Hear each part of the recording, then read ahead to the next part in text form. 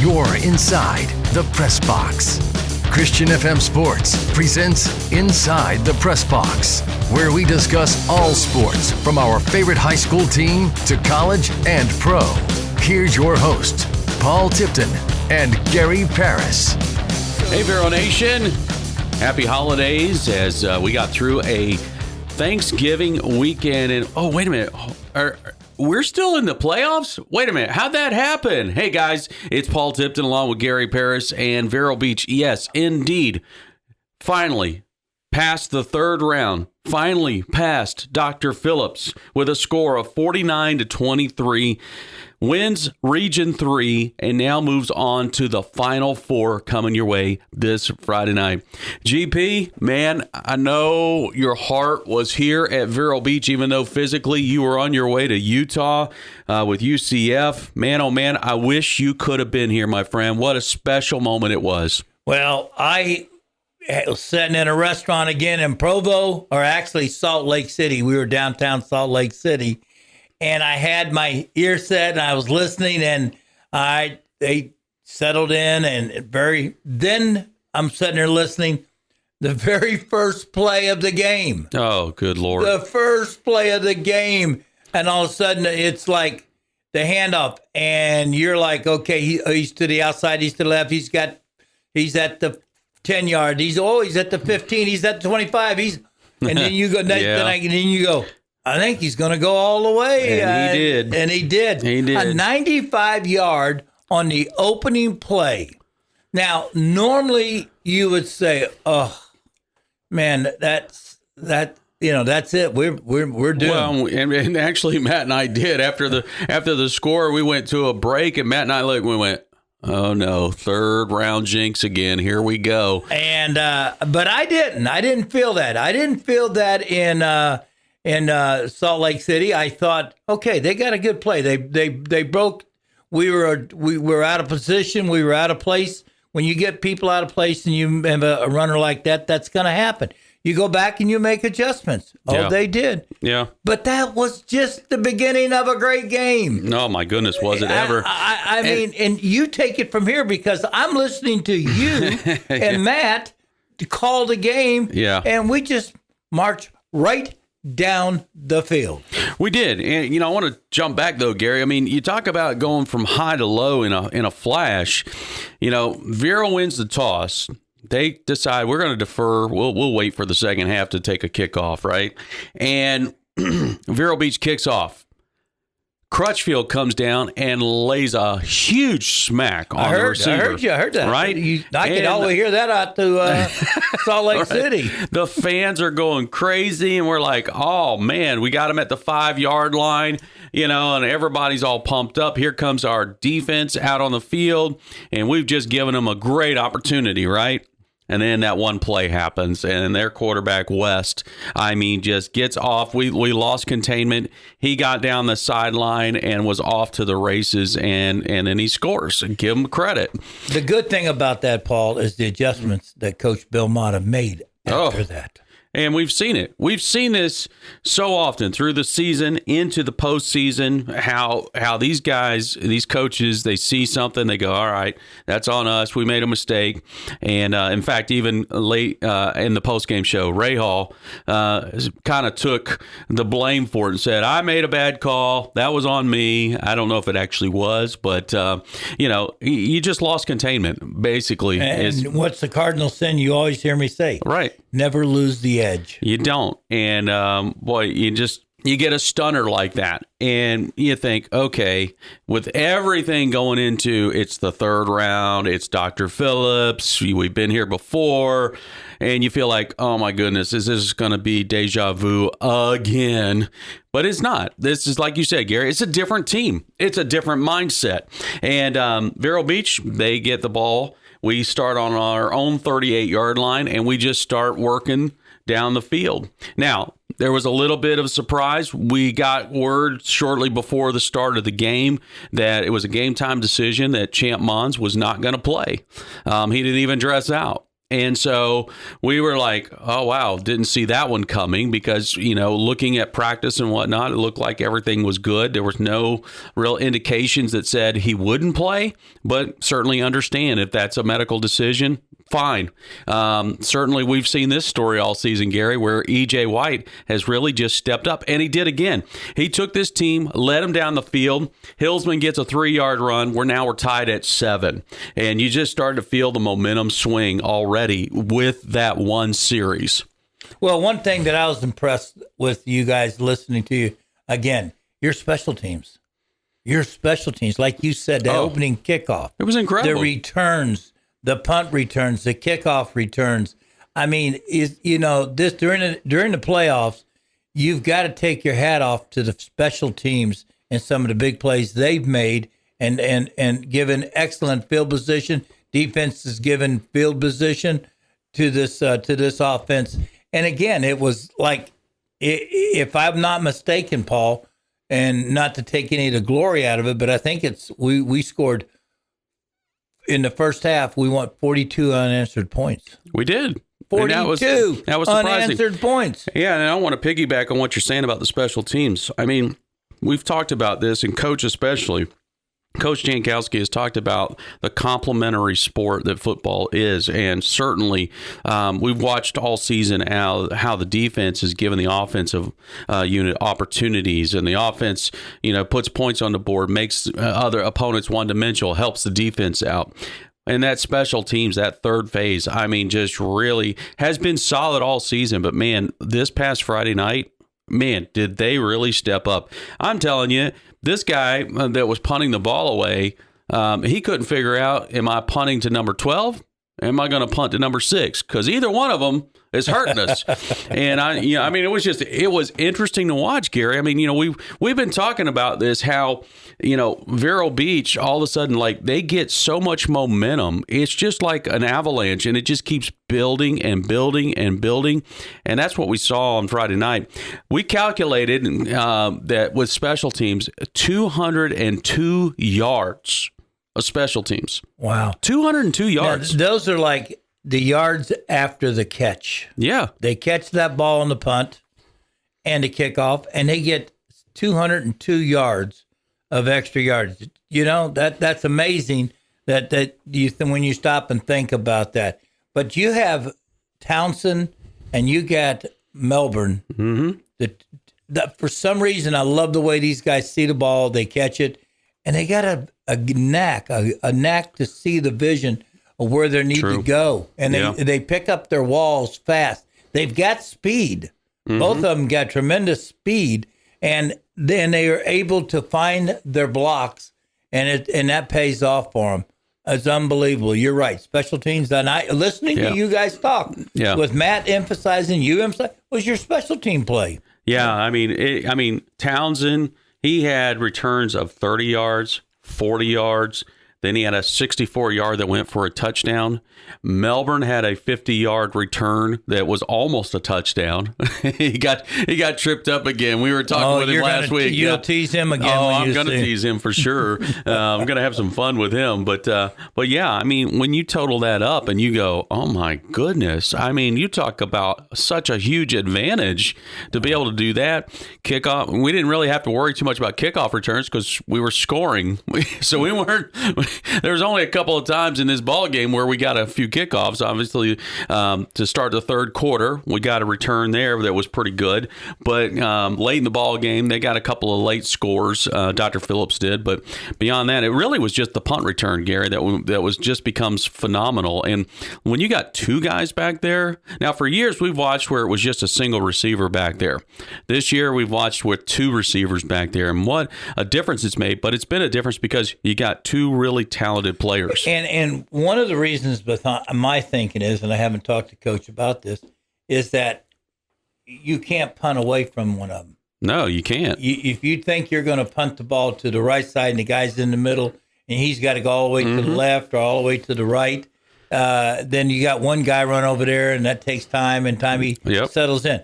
But when you got two, you're the punter. You can't punt to one side and think you got an advantage.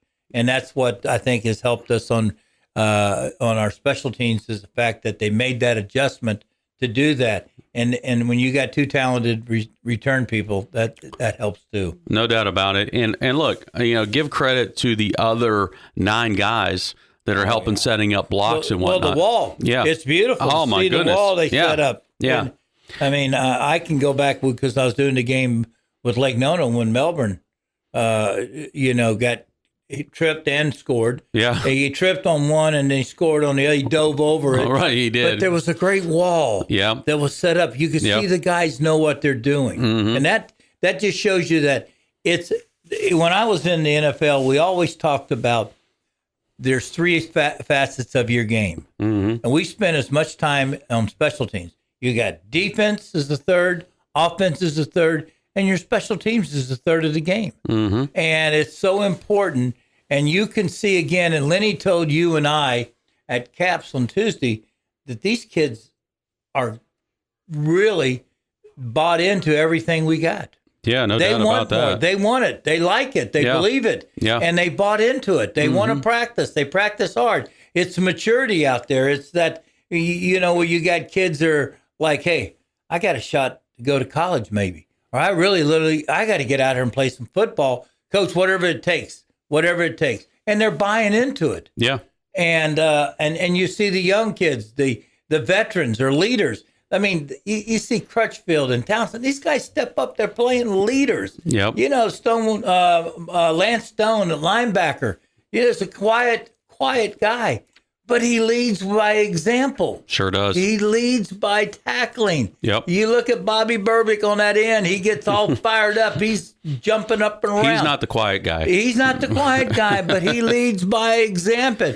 Malachi Reed coming off the other side. He does a great job of exploding. Kristen Davis is back. He's just a junior exploding. You got Hendrickson, and he's a junior. These guys are playing inside football good. They're tackling good.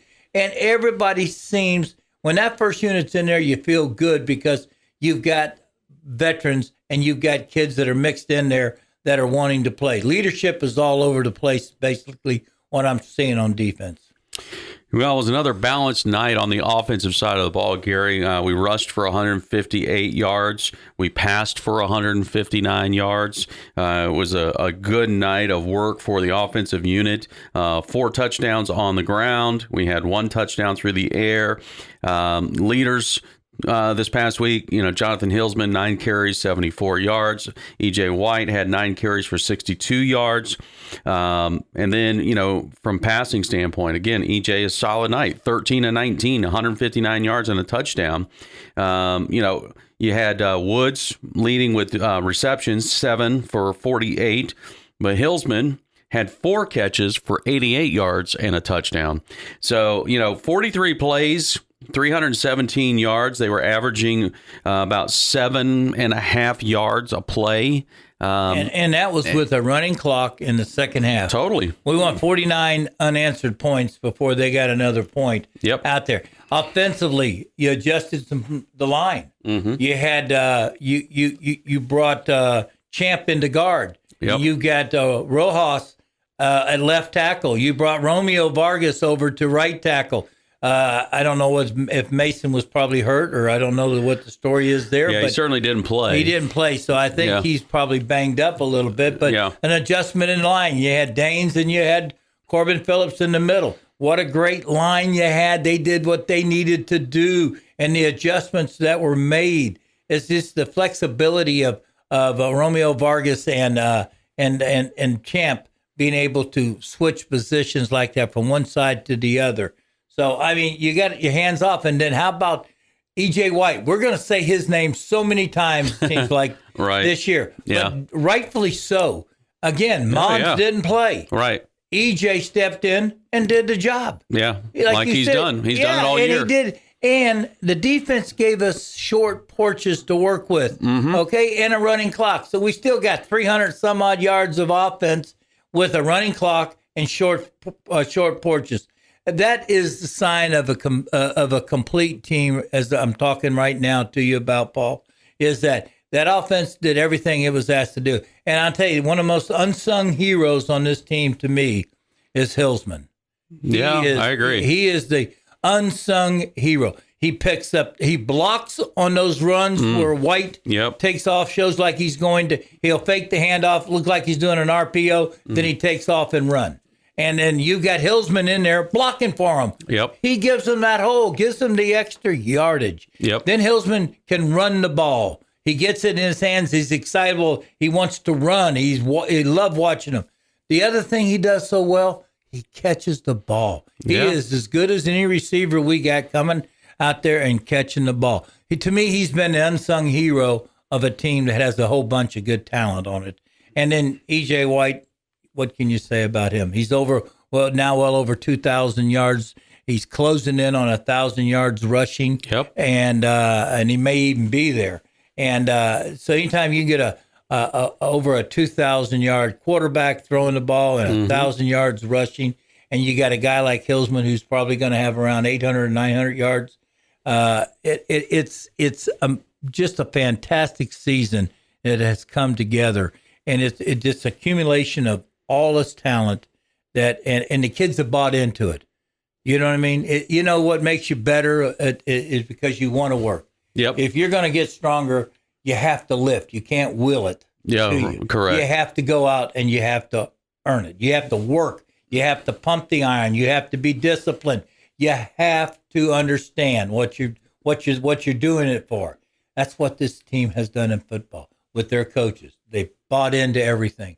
They as the old saying is, they're drinking the Kool-Aid. Yeah. And it's good for the program because it has shown leadership all the way through both sides and the coaching staff.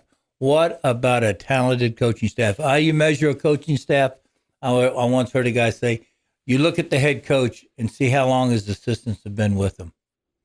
Quite a while. Yeah. Exactly right. You got talented coaches that have played the game and the kids buy into it.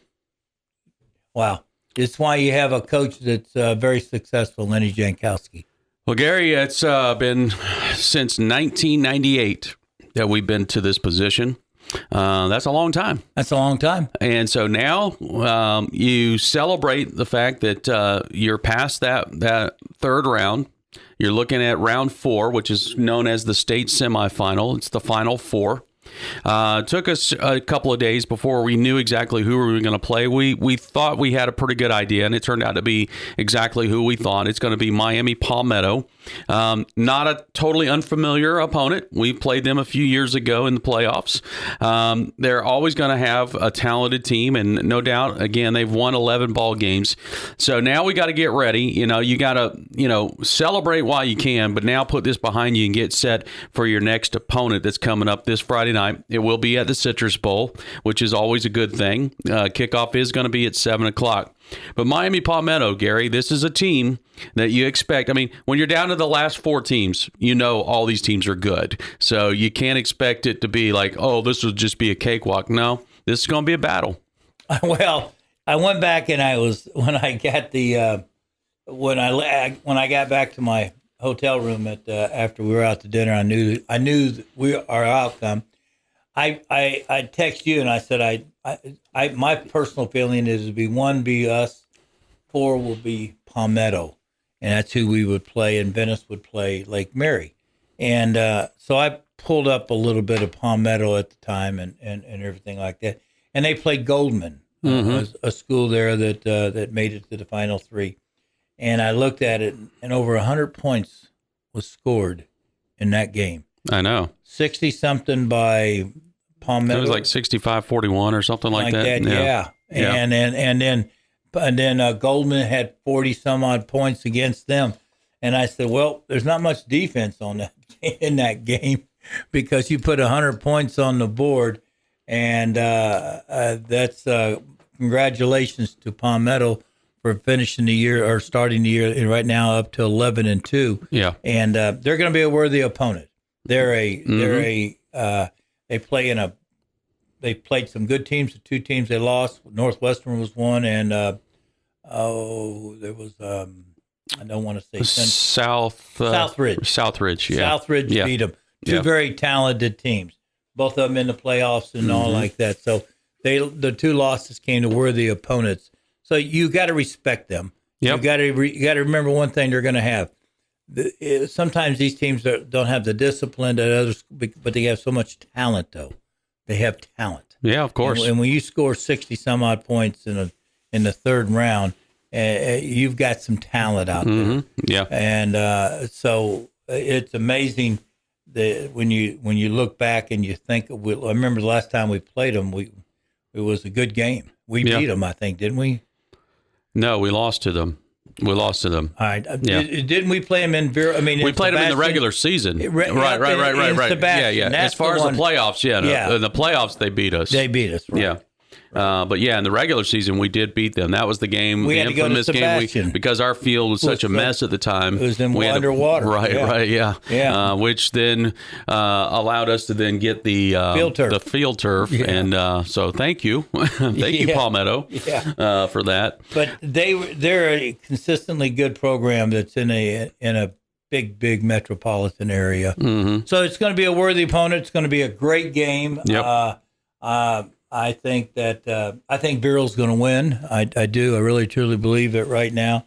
It's not destiny. It's not all that. It's just not wishful thinking. It's what I've seen on the field. It's a product of what we're putting out there. Yeah. We've got good product out there. I agree. We got kids that are playing. They're peaking at the right time, and this is a very, very talented team. And I think we're going to play a talented team. But I always like our chances at home. Well, yeah, it's going to be an interesting ball game. Like I said, this Friday night, kickoff 7:00. Make sure to get your tickets. You can check on social media. They're putting announcements out there. We're trying to make sure to share those announcements on our Facebook page at Christian FM Sports, so that you know exactly when you can go by the school and get your tickets. I expect, this last ball game got sold out just before kickoff. I expect this one to be sold out long before we get to Friday night. So I would encourage you to go ahead and get your tickets now. Don't wait till too late in the week, because you may end up missing out, and then you'll have to just join us on our video broadcast. So, but I would very strongly encourage you to make plans to get to the Citrus Bowl, because that's going to be a really electric atmosphere there at Billy Living's Field at the Citrus Bowl. All right, Gary Parrish, Paul Tipton, thanks for joining us in the press box. As always, go Indians. Thanks for joining us inside the press box. For more, go to ChristianFM.com.